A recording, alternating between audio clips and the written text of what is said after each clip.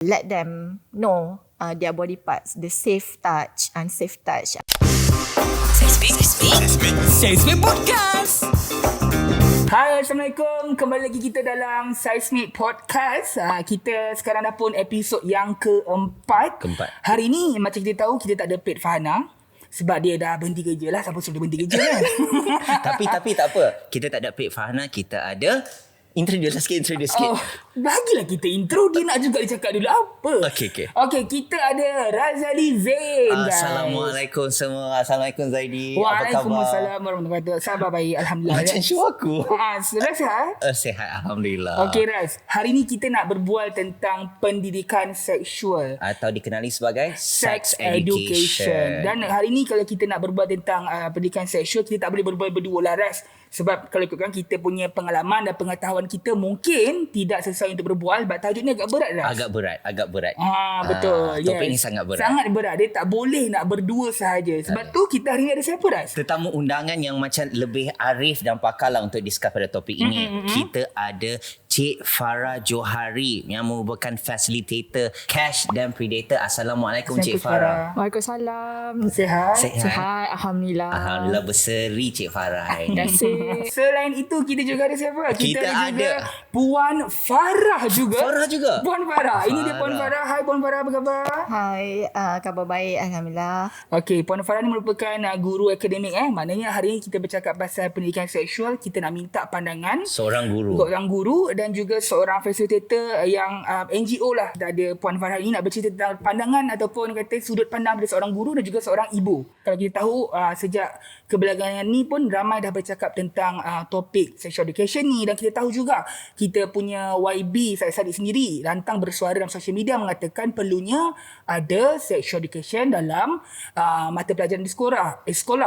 Dan hari ini kita nak tahu perlu atau tidak pendidikan seksual ini diajarkan di sekolah. Institusi pendidikan di Malaysia mengatakan subjek-subjek yang mendedahkan pendidikan seksual ada dua antaranya, iaitu pendidikan jasmani satu, dan seterusnya adalah pendidikan Islam. Okey, macam kita tahu sendiri Puan Farah dengan Cik Farah kan, mengenai baru-baru ni seorang pelajar yang mendakwa gurunya telah membuatkan satu lawak ataupun rape jokes dengan kalangan pelajar sekolah, dan ini antara salah satu penyebab kenapa hari ni kita nak berbual tentang pendidikan seksual ni kan. Kalau macam sex education, kalau kita pergi kat sekolah semua dalam, I rasa dalam silibus dia lebih dikenali sebagai pendidikan kesihatan. Masalahnya adakah maklumat-maklumat yang ada dalam setiap subjek ni terperinci ataupun macam kita cakap tadi just surface sahaja. Saya nak tanya kepada Cik Farah lah, Cik Farah sendiri. Secara amnya penting ke atau tidak penting kita mengkhususkan pembelajaran sex education ni di Malaysia? Ya, sebenarnya sangat penting.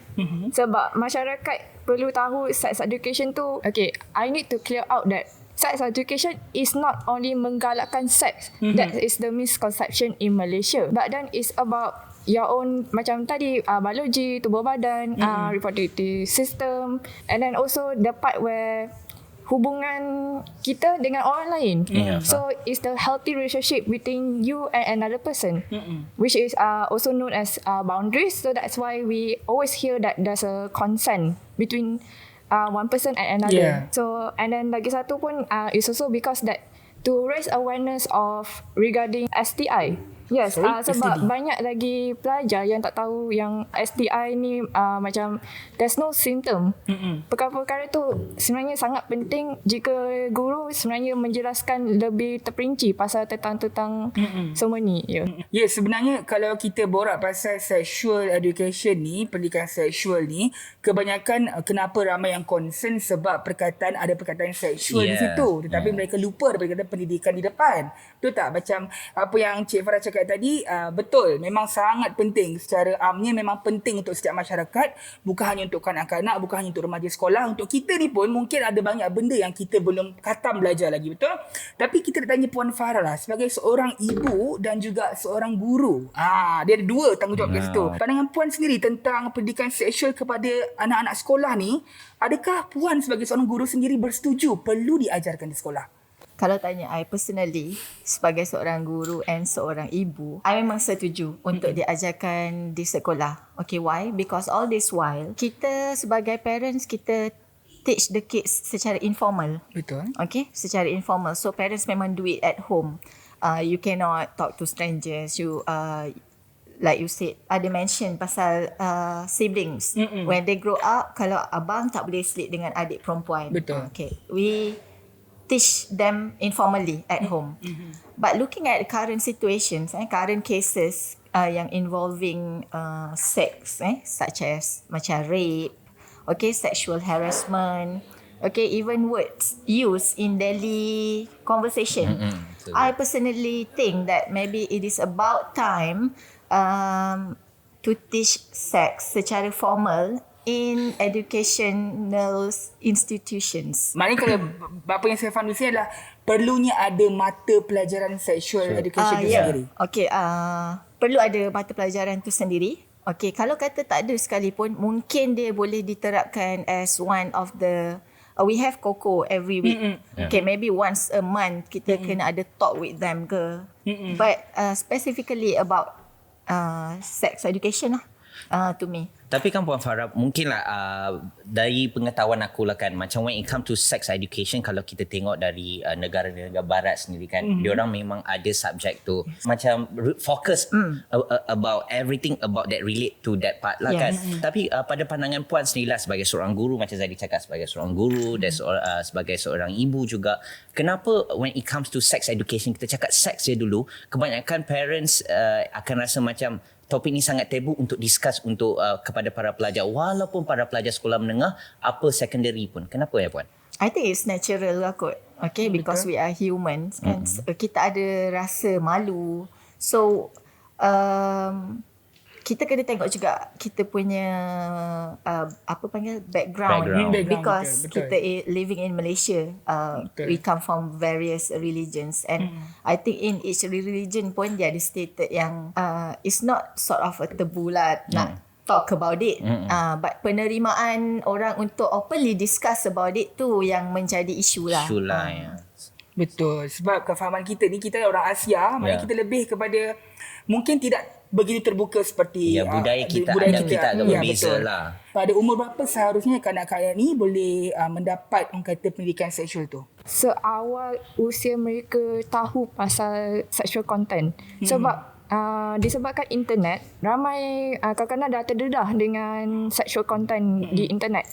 So parents sepatutnya perlu ada perbualan terbuka, open conversation sejak dari kecil lagi. A good example is that the parents should teach, nama, tubuh badan, and including the private part. Sebab macam dekat culture kita kan, kita macam cover up dia punya nama kan. Yeah, so they should actually like introduce the actual term of that private part. And then also they should teach what is safe touch and unsafe touch. This is the most important thing, because like some kids actually doesn't know what is safe touch, what is safe touch, especially when strangers actually touch them on the part that they are uncomfortable. Dan actually parents pun sepatutnya bersedia untuk menjawab soalan kanak-kanak, sebab kanak-kanak dekat umur 3 ataupun 4 tahun pun diorang dah tahu dah beza between lelaki dengan perempuan. So the parents should already have a prepared answer whenever the kids actually ask about sex. They should actually answer like a more realistic answer lah. In a way, it also help them to actually understand their own body, their own like feelings and stuff like that. So yes. Sebab Zaidi, kalau kita tengok sekarang kan, macam konten-konten, kalau kita tengok macam konten-konten yang datang dari barat sekarang, walaupun dari Timur sendiri pun mempunyai unsur-unsur sebegitu juga. Tapi aku rasa sekarang lepas tu dengan kanak-kanak yang macam seusia 2 tahun, mahir untuk menekan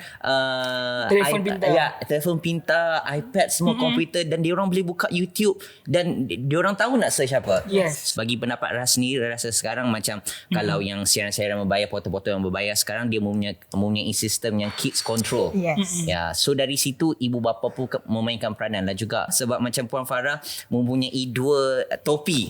Topi seorang pendidik dan topi seorang ibu bapa. Dari segi pandangan Puan Farah sendiri, apa macam approach yang Puan Farah dan mungkin boleh kongsikan kepada pendengar dan penonton semua, macam ibu bapa lain boleh mengambil example lah, what kind of approach?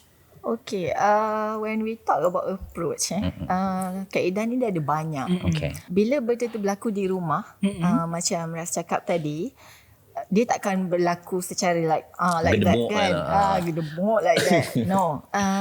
Dia akan happen tiba-tiba. Especially when the kids start to ask question yang question diorang selalunya out of the box. Kita macam, okay, we have to think. Kita kena find answer.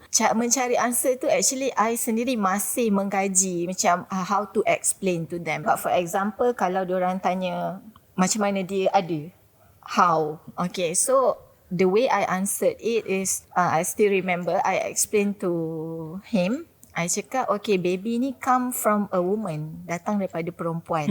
Okay, but the woman must be married to a man. Okay, I bagi example lah dekat dia. Like mommy and daddy, like Pak Long and Mak Long. So I mention lah a few names yang dia tahu. So tapi kalau perempuan tu not married, memang tak boleh ada baby. So kita kena explain like that. So somehow dia know, okay, perempuan yang tak kahwin cannot have baby. Yes. So itu secara informal lah. Kita pun as parents mestilah kita takut kan. But I think parents memang play the biggest role lah. Everything starts from home. Let them know their body parts, the safe touch, unsafe touch. I think in year 1 dia dah ada konteks sentuhan selamat, sentuhan tidak selamat. So benda tu mungkin perlu highlight lagi, lebih banyak. Adakah yang pelajaran tu diajarkan di sekolah yang safe touch, yes. diajarkan tapi tidak mendalam lah kan? Yeah. Dia bagi contoh lah. I ingat, I remember tengok the textbook. Dia ada bagi contoh, okay, kalau touch dekat peha, kalau touch dekat mana ke, that is not the unsafe touch. Okay, like that lah. Yeah, so kita tahu kanak-kanak ni masa umur-umur yang muda-muda, kanak-kanak ni diorang tak tahu banyak benda, betul tak? Betul. Bila mereka tak tahu, mereka ingin cuba, dan bila dia buat benda tu, dia mungkin tidak tahu sama ada apa yang mereka lakukan tu salah atau betul. Dan salah satunya macam Ras kata tadi, bila kanak-kanak ni dah pandai guna internet, buka phone, memang kadang-kadang macam anak buah saya pun kadang-kadang dia orang boleh WhatsApp, call semua, sedangkan mak dia semua tak tahu buat macam tu. Dia orang pandai tak nak unlock phone semua kan? Semua pandai dah. Tapi benda ni kadang merisaukan bila adanya kanak-kanak yang dah celik IT ni. Dulu kita nak kanak-kanak, anak-anak semua celik IT. Sekarang dah celik IT, kita risau pula. Jika nanti dah bila celik IT, mereka ni Google benda-benda yang bukan-bukan. Yang mungkin mereka tidak tahu pun benda tu yang salah. Tapi disebabkan akses tu mudah dan mereka boleh pergi ke sana. Dan pada pandangan Cik Farah sendirilah, bagaimana kanak-kanak ni, ibu bapa ataupun mungkin guru pandangan sendiri kan, apa mereka boleh lakukan untuk menyelamatkan kanak-kanak ni daripada kena terjebak kepada benda-benda yang negatif macam ni. Firstly, parents patutnya diorang dah actually have this conversation about the safety of internet. Saya akan introduce pasal 4C. So C yang pertama, content. Sebab kanak-kanak mudah terdedah kepada konten yang tak selamat. So for example lah, saya bagi hate website, fake news. So benda-benda macam ni, one way ibu bapa boleh guna app blocker, parental control. Like a very good example is the Google Kids ataupun YouTube, the YouTube Kids. So dari situ parents boleh monitor diorang, pergerakan diorang dalam internet lah. So macam tu. And then yang kedua, iaitu kontak. So apa itu kontak? Dekat dalam internet, diorang mudah berinteraksi dengan orang yang mereka tak dikenali. Dan itu membuatkan mereka dalam situasi yang of course yang tak diingini lah. So for example, macam dia macam scammers ke, fake profile, blackmail. So macam mana nak elakkan daripada kontak ni? So actually parents should advise the kids to not give their personal information. Nama, alamat rumah, nombor telefon, including gambar sendiri tu pun jangan hantar dekat especially dekat strangers. Sebab orang boleh dapat informasi peribadi lagi senang dengan informasi tersebut. Macam kena hack, boleh dapat tahu location. Yang ketiga, conduct. Apa itu conduct? Perbuatan kanak-kanak yang meletakkan mereka dalam situasi yang bahaya. So apa maksudnya? The usage of social media. For example, Instagram, apa lagi, Discord banyak kanak-kanak sebenarnya dah ada dekat dalam Discord. So the parents could introduce them by safe sharing. okay, apa nak post, apa yang tak boleh post. It's important for the parents to give reasoning why you cannot post, why you can post. So kanak-kanak lagi faham like, oh okay, macam predator boleh track saya. Sebab kalau tak bagi reasoning nanti macam diorang tak tahu apa dia punya akibat lah kalau macam tu. Betul. So yang last kali ialah contract. So similar to conduct, but it's more of digital services. For a very good example, when bila kita kan selalu dengar kakak nak macam order Grab food, tiba-tiba online purchaser. Yang 40 order tiba-tiba datang. Parents macam Allah, macam mana aku nak bayar ni? Untuk guru-guru sepatutnya tidak digalakkan follow budak-budak dekat dalam social media. Sebab saya dapat banyak soalan tentang ni dekat dalam workshop saya sendiri. Ni sebab apa? It is about a professional boundaries between the teacher and the students. Kenapa dia menggalakkan lagi proses pengaturan kanak-kanak? It breach the emotional boundary dengan physical boundary kanak-kanak. Sebab kanak-kanak tu pun tak rasa selesa kalau guru diorang tengok tahu aktiviti diorang dekat social media. Ibu bapa dan guru-guru kalau terjumpa dengan gambar kanak-kanak ke gambar seksual kanak-kanak ataupun yang dia tak nampak proses aturan dekat dalam online, so mereka actually boleh datang dekat NGO kita orang, which is lapor predator, untuk actually laporkan boleh buat report tentang gambar-gambar seksual tersebut. Cik Farah hari ini mewakili NGO yang mana yang telah berjumpa banyak mangsa-mangsa penderaan kanak-kanak. Dan mungkin penyebabnya berlakunya penderaan atau mangsa-mangsa ni disebabkan mereka tidak adanya pendidikan seksual itu. Betul. Tadi kita dah cakap pasal faktor-faktor puncanya jadi sexual abuse, child abuse and everything. So kita rewind balik, tadi kita cakap pasal institusi pendidikan sebenarnya. So bagi pandangan Puan Farah sendiri kan, apakah faktor utama sebenarnya yang membuatkan kita dan komuniti kita untuk bila nak mempertengahkan introduce the sex education to our students, even to the parents untuk agree, sangat susah. Apakah faktor utama yang macam menghalang perkara ini berlaku? Okay, actually banyak faktor yang contribute. Tapi to me, the first one is readiness. Bila kita cakap pasal readiness, it covers from all parts lah, from everyone. Be it the parents, the teachers, the societies. Kalau kata satu bahagian saja yang ready, the other parts are not ready, itu juga boleh menghalang lah, menjadi satu faktor penghalang untuk kita mengetengahkan yang sex education ni sebenarnya perlu diajar di sekolah-sekolah kan. Macam I cakap previously, kita ada rasa segan. Itu pun adalah faktor yang orang kata, contoh kalau bila cikgu nak mengajar tentang pendidikan seksual, mungkin cikgu tu sendiri malu untuk explain ada term-term yang digunakan kan.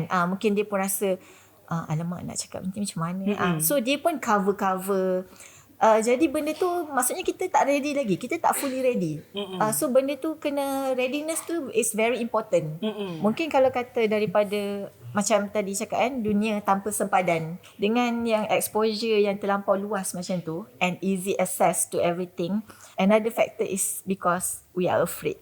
We are afraid because, risau. Betul. Gitu kan. Okay. Sebab I ada baca somewhere, okay, I came across bila I tengok a research about sex education lah. 82% of the respondents are girls dah pernah melakukan hubungan seks. Okay, I mean in the research lah. Dia cakap kenapa dia involved dengan sexual intercourse ni. It's because diorang sendiri, the keinginan tu comes from within themselves, atas rasa sayang dekat partner. So it goes back to being dengan partner diorang lah, bercinta lah kan. So bila ada rasa sayang tu, dia macam menyerahkan segalanya like that lah. So maybe we can relate dengan apa yang Cik Farah cakap tadi. Betul. Love bombing macam tu kan. So mungkin itulah dia rasa the need is there. So dia sanggup, dia rasa I should give everything to this one person. Bila baca, I came across that, okay, we cannot deny at a certain age yang diorang punya kematangan seksual tu memang at the peak. Okay, memang diorang sendiri ada rasa ingin tahu Okay. But as parents kan, I rasa daripada diorang dapat mempelajari benda ni daripada sumber yang salah, it is better for them to get the information from the right person with the right approach. Maksudnya maklumat tu diorang perlu tahu. Okay, diorang perlu, tak boleh juga kalau tak tahu. Okay, diorang perlu tahu tapi dengan cara yang betul. Orang kata insya-Allah dia akan jalan yang betul.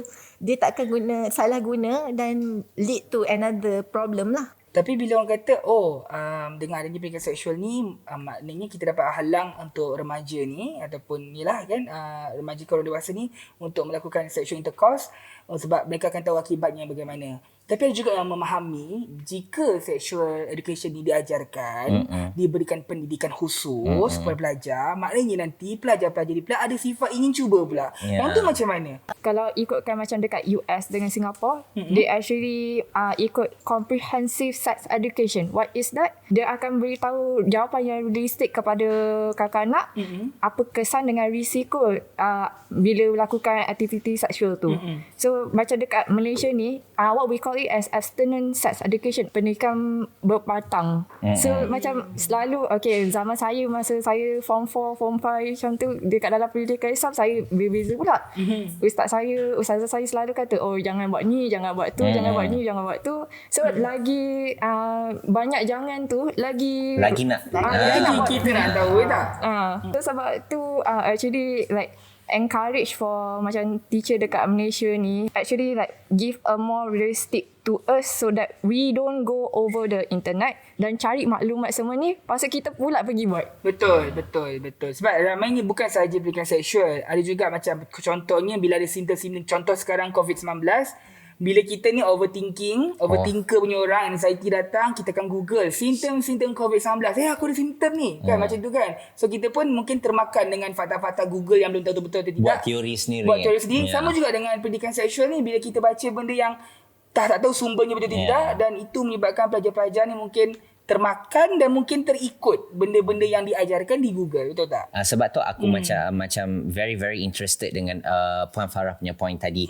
They talk about readiness. Macam manakah, apakah yang kita harus lakukan untuk memastikan persediaan itu tersedia? Macam berpidato. Yes. Aku kusyuk lah. Topik serius jangan buat lawak. Okay, bila kita cakap pasal readiness kan, okay, macam I cakap tadi, readiness tu must come from everyone. Okay, bila kita nak cakap everyone, kalau kita tengok teachers, first the teacher kita mesti kena give dia proper train. Bukan yang tangkap muat, okay subjek ni ada, so kita ambil je cikgu yang mana free boleh ajar. No, it's not like that. Kita sendiri kena bagi dia proper training lah. Maybe in the future akan ada course sex education. So akan ada teachers yang enroll dalam course tu and then being taught how to teach sex education properly to the students. Okay, to in term of teachers. Every parents dia wants the best for their kids. Tak ada parents yang nak anak dia involved with negative activities and all. But there are some, I can't deny, in Malaysia yang we can see it seems like parents pun don't really bother because I work in school, so I know. We can't deny yang ada parents yang bukannya kita kata dia tak kisah anak dia, tak. Tapi dia tak menitik beratkan hal ini. Mungkin tak berlaku dalam family dia ke. So bila cakap pasal readiness ni, the first thing first lah, kita kena create awareness dulu.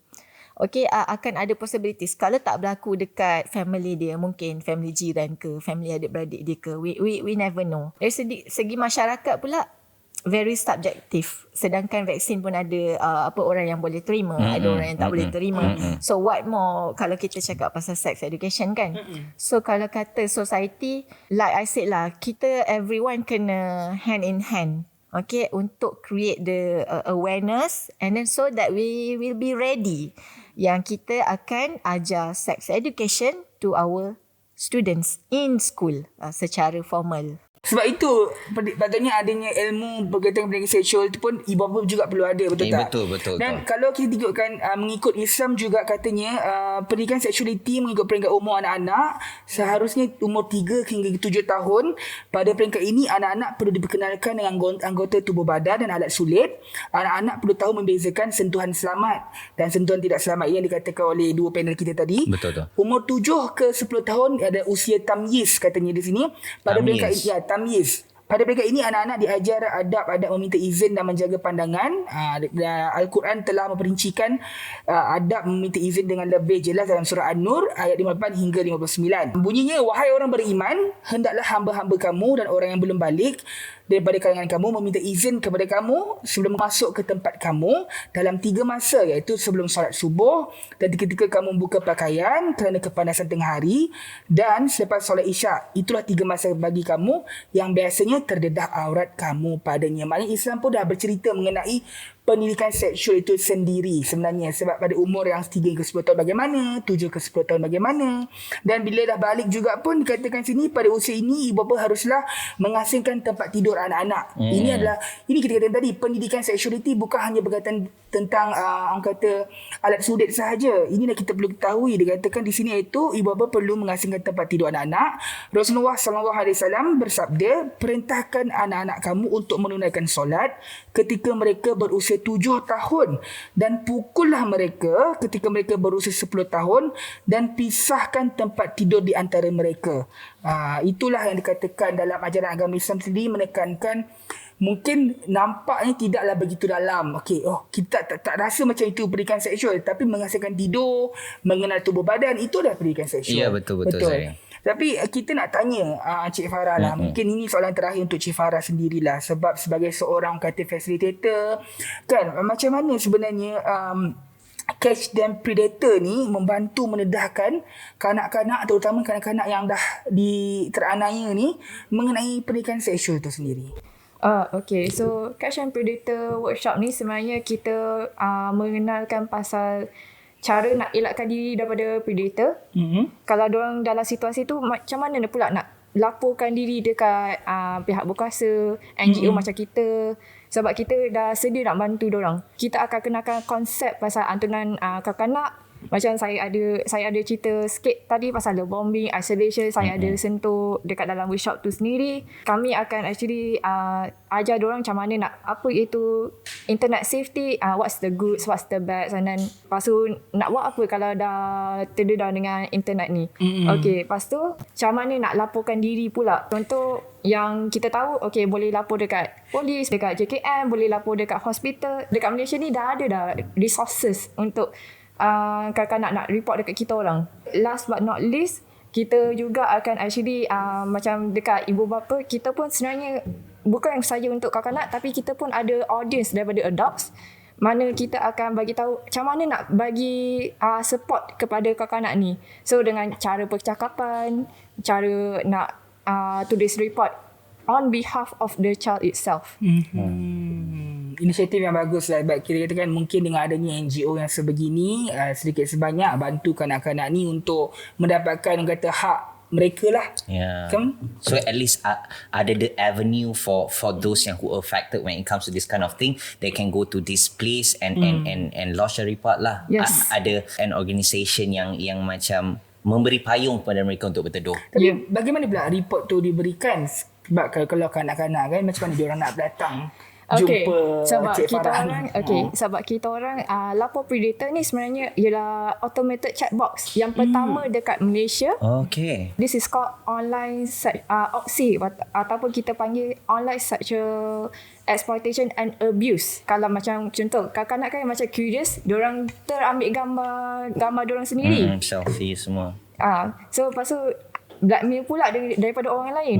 Macam mana nak laporkan? Diorang boleh laporkan dekat chat box kita. So diorang actually boleh anonymous ataupun nak dedahkan nama pun boleh. So diorang akan letak evidence tu. Kita sebenarnya menyenangkan reporting itu itself, so that the predators can be actually convicted. Diorang boleh DM dekat Monster Among Us dekat Instagram. Twitter ialah Mau17. Lepas tu kita ada website kita orang punya juga sendiri, laporpredator.org. Dekat situ guru, kanak-kanak, ibu bapa boleh melaporkan dekat website tersebut. So macam sekarang kita dah rasa macam kita dah cakap dari sudut ibu bapa, dari sudut pendidik. Macam mana pula dari sudut masyarakat, penerimaan masyarakat apabila kita melaksanakan pendidikan seksual ni? Sebab macam kita punya main objektif adalah untuk menangani masalah-masalah sosial seperti macam hamil luar nikah, perhubungan intim, STD semua. So kita dah cakap dari pandangan pendidik, ibu bapa, macam mana penerimaan masyarakat jika kita memperkenalkan sex education ni, Puan Farah? Bila bercakap tentang pandangan, is very subjective. Okay, macam tadi Ayah ada cakap tadi, masyarakat ni dia mungkin akan ada yang okay, ada yang setuju, ada yang bantah. Kita tak boleh kontrol benda tu. Okay. Tapi sekiranya tujuan utama sex education ni untuk menangani atau membendung gejala-gejala negatif ni, okay, such as baby dumping, STDs and all. Okay, I rasa society akan boleh terima. Cuma dia akan ambil masa untuk masih agak lama lah untuk penerimaan tu mengambil masa, sebab benda macam kita cakap lah, benda ni benda yang dia tak baru, tapi sebab kita nak jadikan dia formal di sekolah, dia akan jadi baru lah. Yes. So penerimaan tu akan dia boleh terima, slowly accepting. Macam kita new norm. So I think the society will be like that jugalah. Maknanya kita punya konklusi kita, topik kita ni, sama ada perlu atau tidak pendidikan seksual itu diajarkan di sekolah adalah perlu.